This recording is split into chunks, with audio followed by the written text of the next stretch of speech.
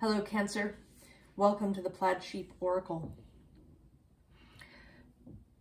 This is the first set of readings post this Aries new moon that we've had. I do want these readings to be timeless. And I actually kind of think that all the readings that you find on YouTube are timeless, even when they have a date attached to them.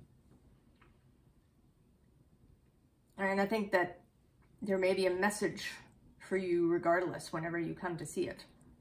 But if you are here watching it soon after I've uploaded it, the end of March, we have just had a new moon in Aries at the 0 degree of Aries, just hours, less than a day after the sun moved into Aries.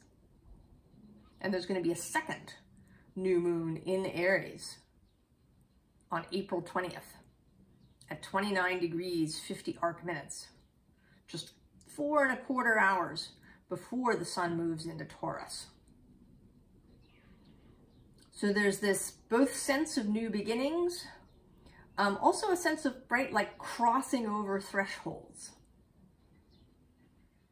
Right, so the sun just crossed over into Aries and there's a new moon. And then there'll be a new moon and the sun will just go over into Taurus. And today, actually, Mars is just about to tip over into Cancer after a 7-month stint in Gemini. And Saturn, right, just moved into Pisces on March 7th. And Pluto just moved into Aquarius for a 2.5-month stint just yesterday on March 23rd. So this whole feeling of shifting energies, starting something new after a long time, right? Pluto spent 15 years in Capricorn and he's not done, right? He's going to move back in there in about 2.5 months and stay there through early January or I guess late January, January 24th of next year, I think, but January anyway of next year. And then he'll spend most of next year in Aquarius, but again with a little sort of 2.5-month dip back into Capricorn in the fall. So there's all this, right, this liminal energy, right? He's moving back and forth over that Aquarius Capricorn threshold. Saturn, who was in Aquarius since 2020, into Pisces. And both of those mean, that Saturn is now trining you. So that energy of structure and stability and getting things done is now moving freely. Right? And what I was reminded that the Hellenistic astrologers call a complete friendship.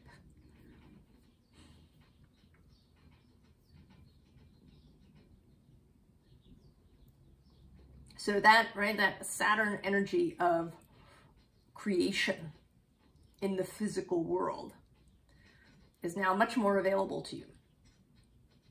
So each of these readings that I've done so far in this grouping has had kind of a different beginning.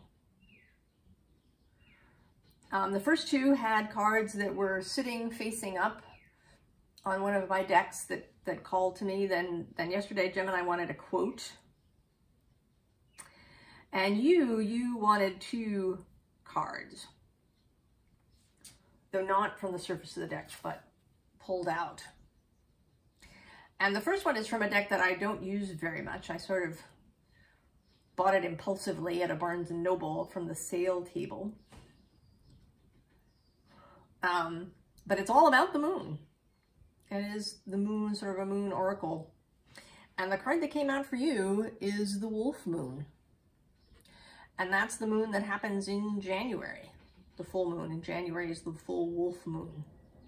And this year, it was the full moon in Cancer on January 6th.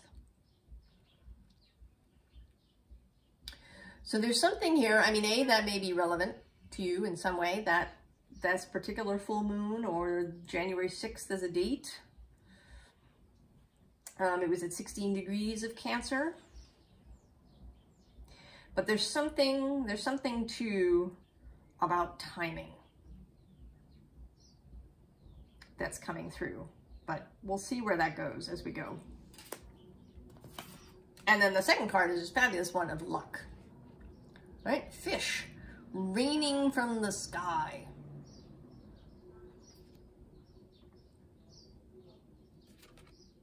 Raining from the sky. And this 28, I don't always look at the numbers, but right, that breaks down to 10, which is also a 1. So again, the sense of beginnings and endings at the same time. Transitional, liminal spaces. So you start right out of the gate, Ace of Fire. And there is a lot of fire in this reading for you, Cancer. These Aries new moons are squaring your sign. Jupiter is passing through Aries, squaring your sign. Mercury is passing through Aries, squaring your sign. The square is challenging. And it can be rough. It can, because it can be uncomfortable. Right? It is a towery sort of energy, the square. But it has so much potential. I think more potential than any other aspect, actually, for radical and permanent change.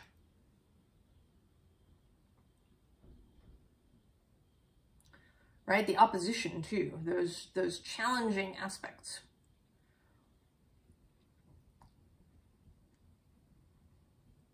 Right? You've had Pluto moving opposite through Capricorn. And that has brought about change, possibly really radical change for you. And we're now in the final moments of that. And here is this Ace of Fire, creational energy here, right, with this blacksmith's anvil. And also this sense of infinity here, right, the snake eating his own tail.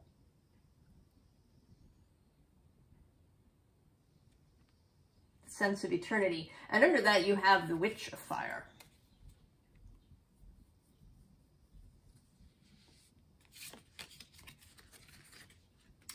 So this first row feels a bit kind of like maybe what has been. There's this messenger of Earth, which feels like some aspect of you that was considering a move, right? You've lived in your village for your whole life, and you're considering, right, hopping on your reindeer and going somewhere completely different. But it's a little daunting, right? To leave behind everything that you've known. You know, Cancer, you are, right? You're the sign of home. And, you know, often people talk about Cancer, right, having this hard shell that protects all of its soft, squishy bits. Right? That Cancers can be defensive and secretive and passive-aggressive and all of these things.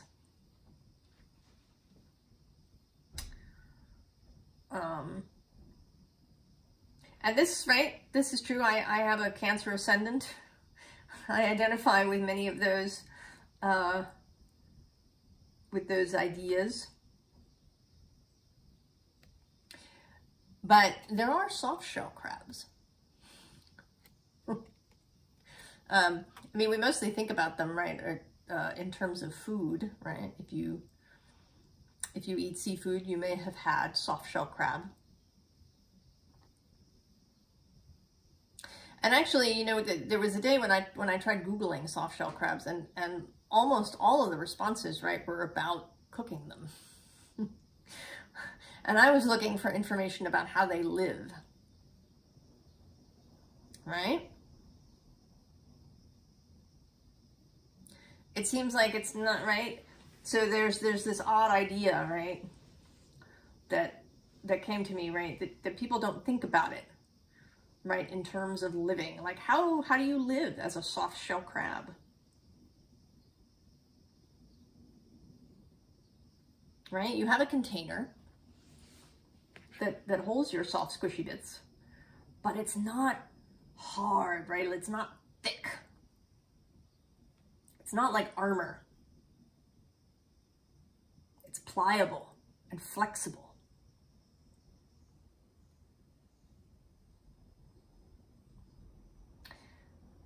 Now, this ancestor energy, which normally comes out as, you know, sort of really, right, like welcoming and beautiful and supportive, but today it's not coming out that way. Today I was reminded that in this deck, right, this Witch's Wisdom deck runs backwards. The World card is number 1. The Pilgrim, who is the Fool, is still 0, but the World card is number 1. And, right, if you count backwards, this is actually the Devil card. And so, you know, ancestor energy can be wonderful and supportive, but it can also be a hindrance.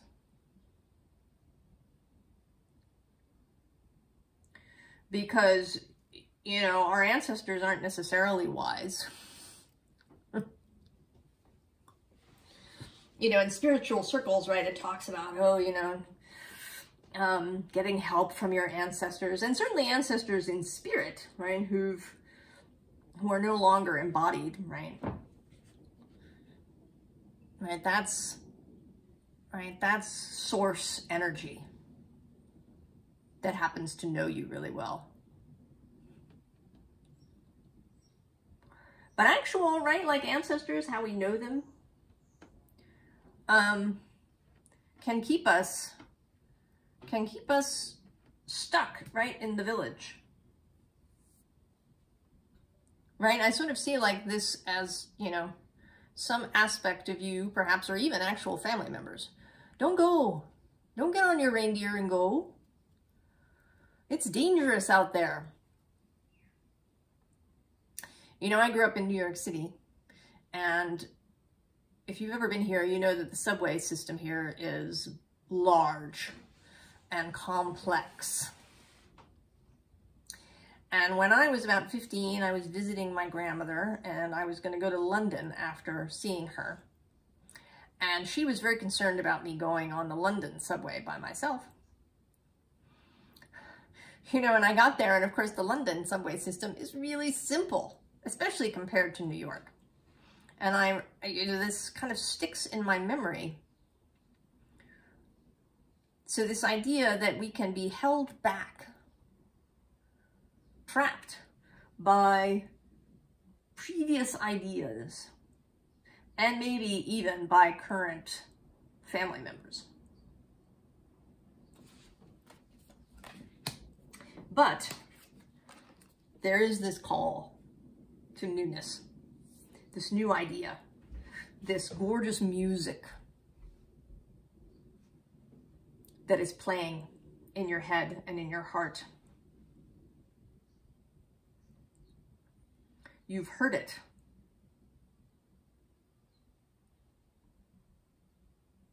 Maybe it's been trying to come to you for a while, but now, right, you're really hearing it. This Eight of Earth call to this, right, to this grove, to this new place. Right? This village, right? Not to criticize winter, but this is, right? This is a barren landscape. And perhaps, right, this isn't, right? This is maybe how it feels to you where you are. You know, somebody else might find this environment really conducive to what they want to do, and right, but it's not for you. You're looking for something verdant and green, for this great mother empress energy.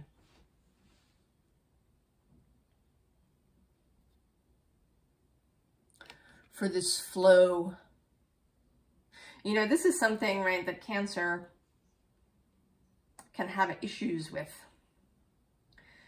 I think, is accepting the flow, right? I mean, this is the great mother, right? Often we think of Cancer as the mother, but, right, motherhood is twisted up for us.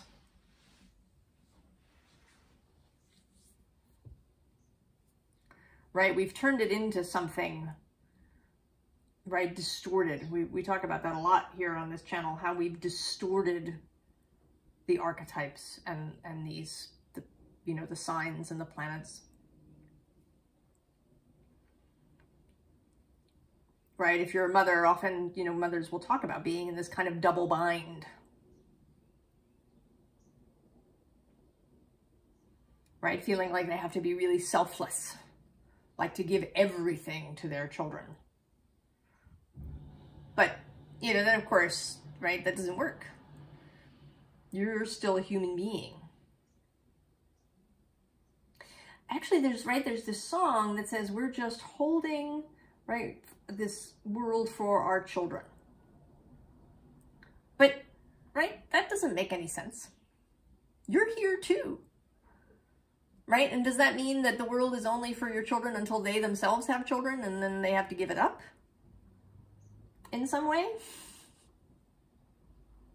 Right? This kind of sense of sacrifice that you have to give everything. And I think Cancer can get caught in that trap.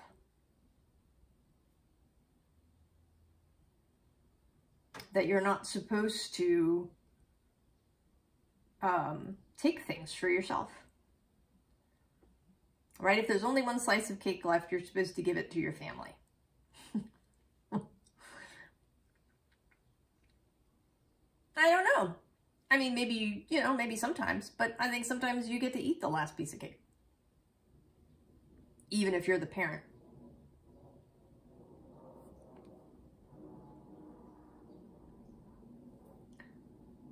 You know, it's one thing to be nurturing and giving and supportive to your children. But, you know, it's another thing to be kind of in a martyr-like energy. And I had a grandmother who had a heavy cancer. She had a big cancer stellium. And she used to say, oh, you won't care when I die. And of course, you know, I as a teenager, right, the thought that I had was, well, you know, if you keep that up, it's going to be true. Right? She was right. It was a kind of smothering energy.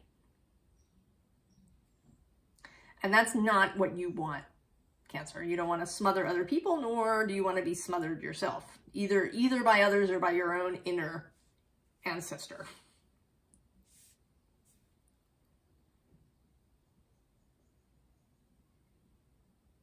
So the next card, right, is this Prince of Wands. Instigation. Which is kind of a great subtitle, right? To be an instigator, right? It's kind of transgressive and subversive. But Cancer is cardinal energy.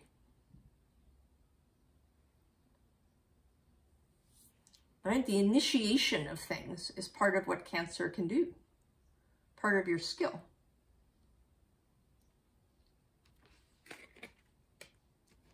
And then we have the Eight of Earth, again, the Eight of Discs as dedication, right? With all these moons, this moon cycle here for you, right? Dedication, devotion, not out of a sense of obligation or, you know, a kind of top-down, you must have to do this, but out of a sense of devotion to something that you love. And then we get the King of Wands. So an instigation and then leadership.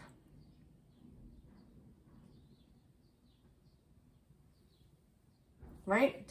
Borrowing from Leo, who's right next door.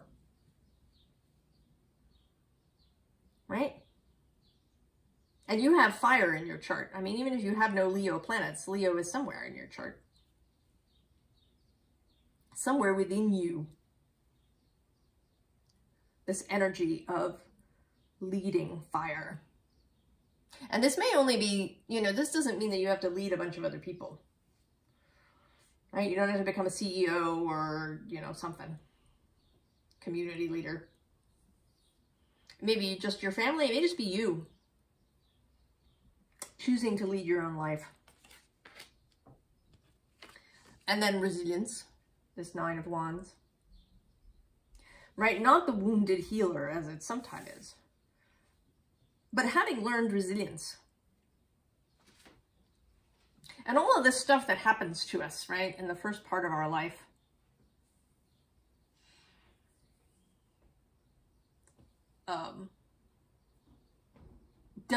Right, it builds us, it creates, right, it's part of what creates us. And allows us to have resilience.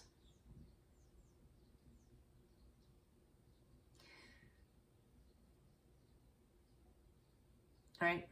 We do need, right, the body needs some stressors. And the stressors may have been awful in the first part of your life and something that you wouldn't wish on anyone. But you can take those and turn them into gold. You have that capability. Right? You have the capability to take control of your own life. Right? This Two of Wands, planning. And also, right, this Two of Wands really makes me think of joining up with somebody else, perhaps. That may be, right? And it doesn't have to necessarily be, right, in a romantic way, but opening up to somebody. Trusting somebody with your passion. And then this Queen of Wands, vibrancy, right? This is traditionally Aries. So we've had all, right? We've had all three major court cards. We've had the Prince, who is Sagittarius, the King, who is Leo, and now the Queen, who is Aries. All these fire signs, right? That fire is there for you.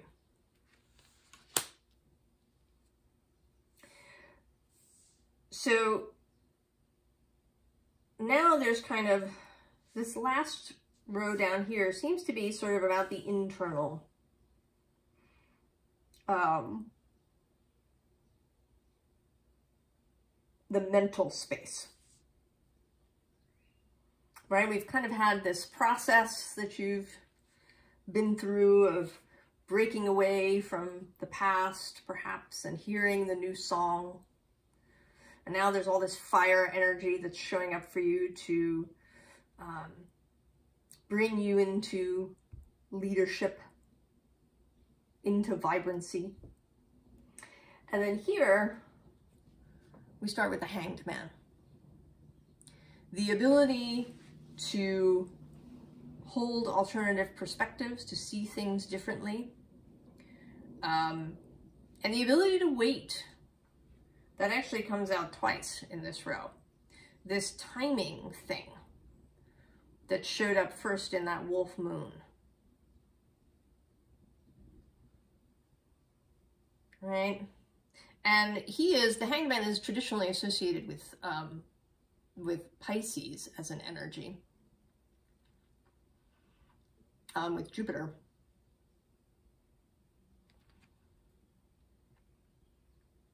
But it can be any sort of, right, any water, right? The ability to kind of swim in this consciousness space.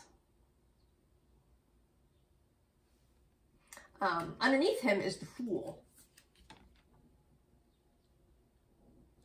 right? So this space of consideration, of learning, right? When Odin hangs in Yggdrasil for 9 days, he gets the secret of the runes given to him. He also gives up an eye. But, right, this hanging space of learning, right, that can help you, right, when it's time to go. But the Fool isn't on the surface. And then we have the Patience card, Temperance in this deck.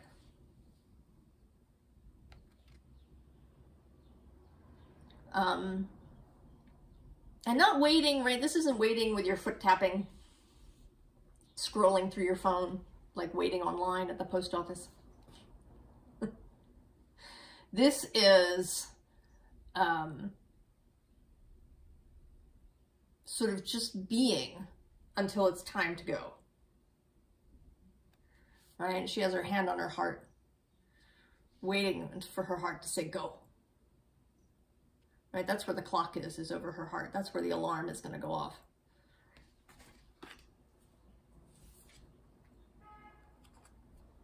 Right? When the message comes in. This messenger of air. The still small voice.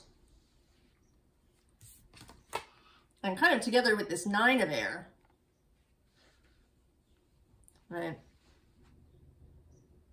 Consideration. All things coming into alignment. Getting all your mental birds in a row. Right? And she has a very world card sort of look, right?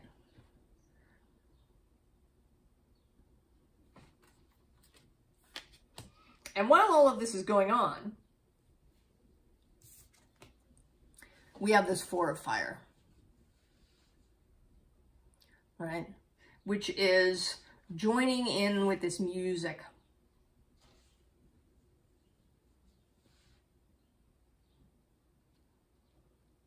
Right?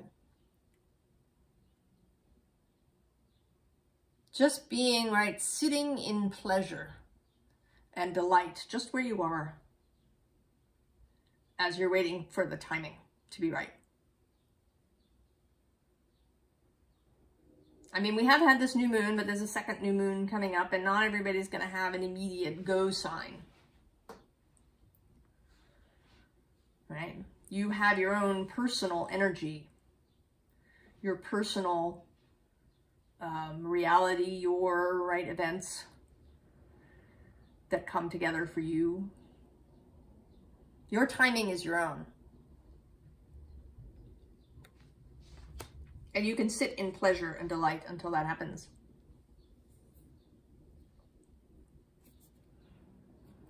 So here we have cracked open. Rock bottom, surrender to the alchemy of life.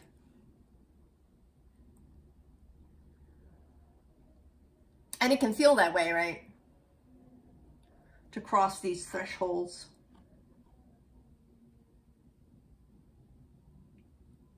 To be in this liminal space, right? I really feel like, right, this liminal line happening here. And right underneath it is the Trust the Timing card, confirming that for us. The card that came out of the deck is Earth School. Life lessons, soul growth, study, higher learning. Now, I don't actually subscribe to the idea that we're here to learn lessons, right? In that kind of school way. I think we do learn things. Right, we have experiences, our soul learns, expands. But there's something to me too rigid to something about the word lesson. That may be my personal prejudice. It may work for you.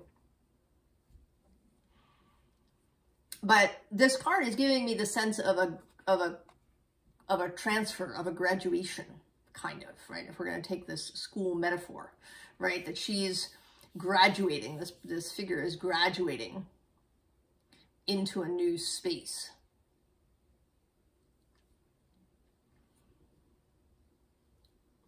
Right? Learned a bunch of stuff over here.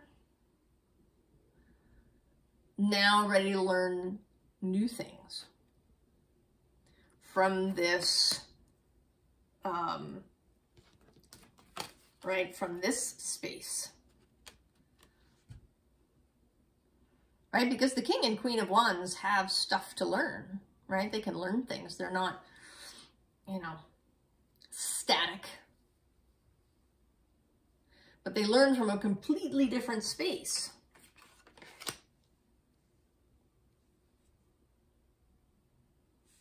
Right?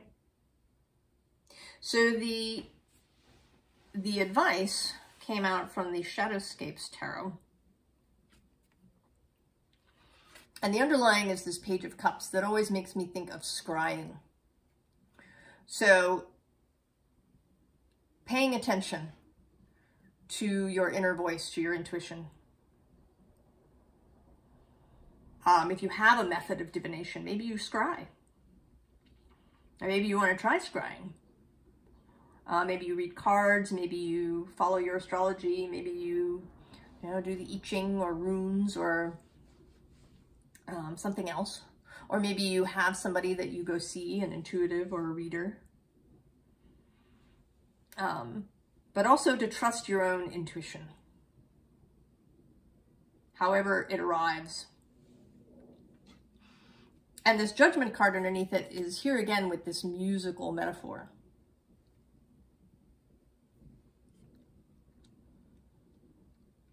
All right, of listening to the music of your heart, the music of the spheres, the music of Source.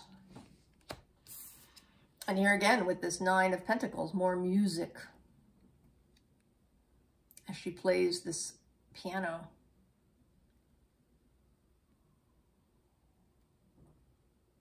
Right, I sort of feel like she's playing this world into being.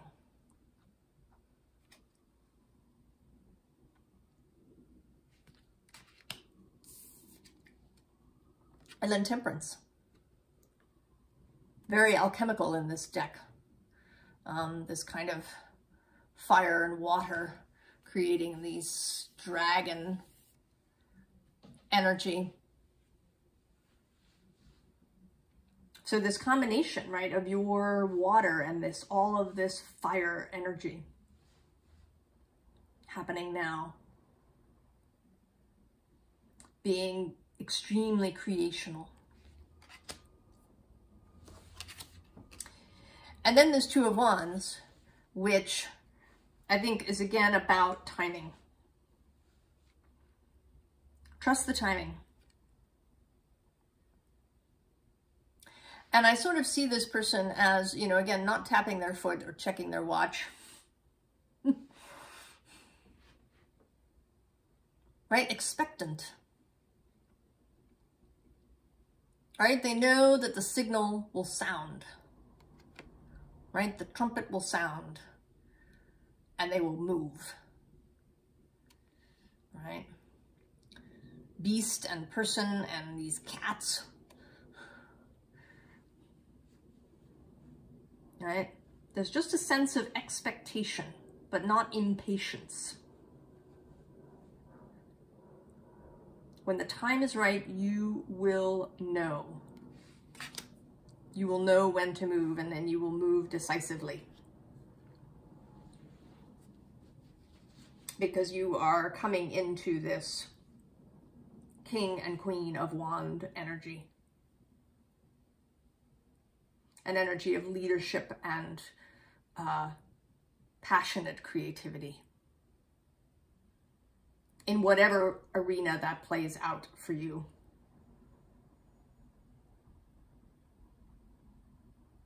So I'm excited to see, right, what happens as we go, Cancer. I wish you all the very best, and I will see you next time. So long, Cancer.